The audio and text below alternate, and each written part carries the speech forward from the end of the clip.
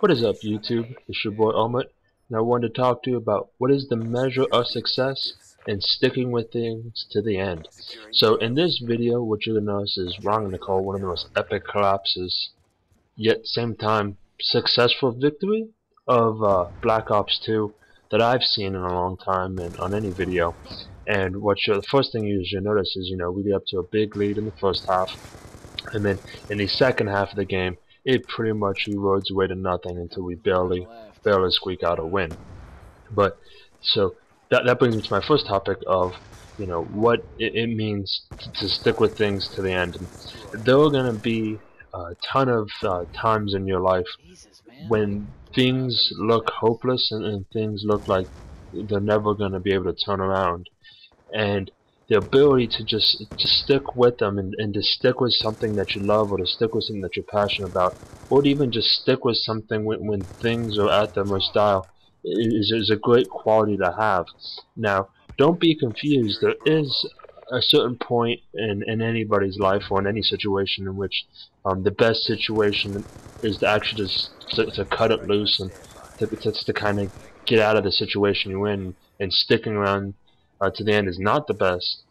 But for the majority and things of your life, whether it be school, friends, high school, video games, none of these things are permanent enough that would warrant a need to quit when things aren't really going your way.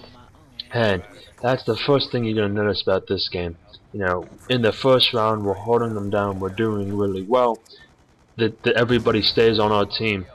Second round, not so much. We get pushed back, we start losing, things aren't looking well, and about half our team quits, and it gets replaced with a bunch of random people. And as anybody knows, when you join a game mid-round, it's tough for you to kind of pick up your rhythm, maybe flip how the game is going, and things usually don't end well. But it's this notion that I'm noticing a lot with the younger people nowadays, that if things are difficult, if things are hard, if things aren't going your way, to just quit and find something else. But I gotta say, some of the most satisfying victories of my life, not just in video games, but in real life, whether it's school, especially in passing a test, something like that, have come from incredibly tough, hard dial situations in which I had to push myself to my limit, to test the boundaries of what I'm comfortable with, to test the boundaries of what I think I'm even capable of. And in some instances, I had to step beyond that in order to recognize what would be my true potential.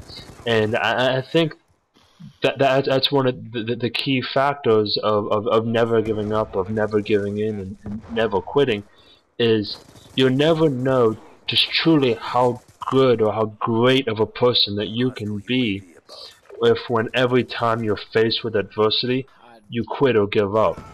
And I would strongly advocate that the harder things get, the more firmer resolve that you should have. That no matter how difficult things are, and it kind of leads to a saying that's out there, and kind of depends on how religious you are to maybe how applicable the statement is. But the statement of was it God never gives you more than what you can handle, or what doesn't kill you makes you stronger, if you want to kind of go down that route. But the thought is that there's never too much in this life that the human spirit, that the human perseverance can overcome, and that's what makes us as humans, as a species, so great, is that we don't know what it means to quit. We don't know what it means to just roll over and die. And that's why we've overcome. That's why we have so many great technological advances, why we've come so far. And I'm sorry, when others maybe have not, it's because we don't know how to take no for an answer. We do not know how to give up. We don't know how to quit. And this is a great quality to have for all you young people out there, because I'll guarantee you, even if you're just a freshman in high school or younger, things will get harder, things will get more difficult, And especially when you start getting into college, and now you have to juggle maybe a full-time job, you want to juggle your friends, the partying, and school, and it's not easy.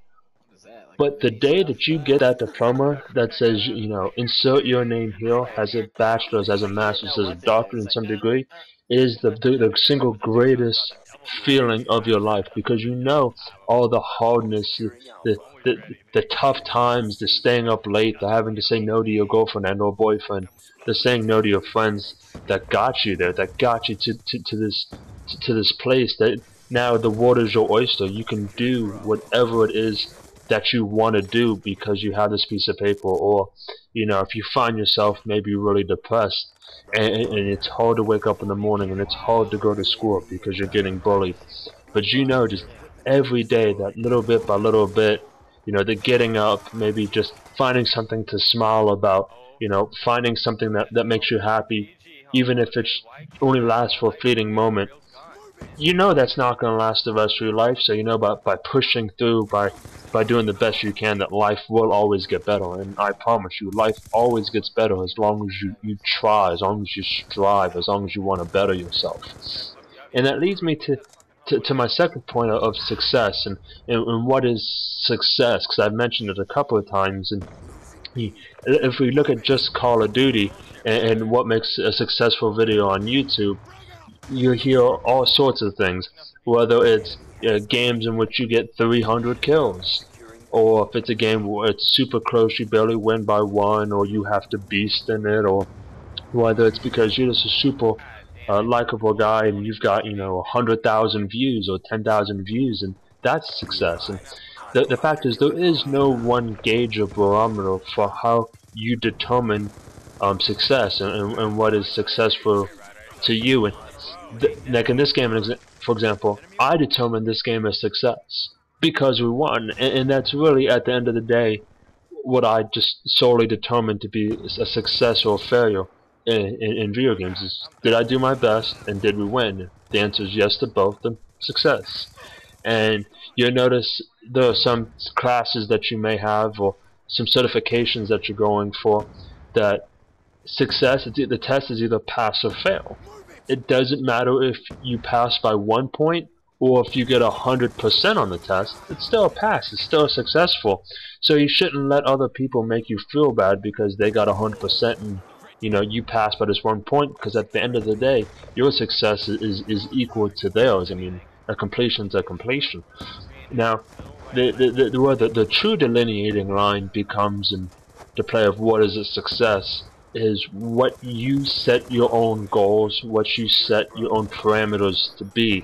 If you're a perfectionist, what you deem to be a success may be incredibly high. Maybe it's getting a 4.0 for the semester. Maybe it's getting all of the work done and then some that you've set aside. You know, maybe that's what your idea of success, while somebody who's maybe, I don't want to say more realistic, but maybe somebody who has a little bit more difficult time at school, a little bit more difficult time at life, maybe for them a success is getting, you know, all B's and 1 or 2 C's, or, you know, getting all completions and maybe 1 incomplete, or getting 3 of the 4 items on the task done. And what you kind of have to ask yourself is, at the end of the day, you know, when you lay down in bed at night, or when you look at yourself in the mirror, you know, are you happy with yourself? Do you feel like you did the best that you possibly could? If the answer is yes, then your day was a success, and whatever you did was a success. And I think that concept is kind of lost on a lot of people, especially nowadays, with this push to be the best in the world. You know, the best in your class, the best Call of Duty player, the best YouTuber, or best basketball, football, whatever it is.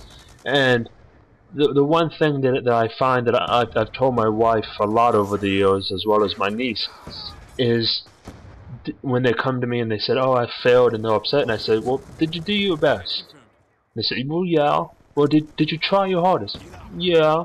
"Did you give it 110%? "Yeah." "Well, then you didn't fail." You know, if the paper says fail, well, whatever.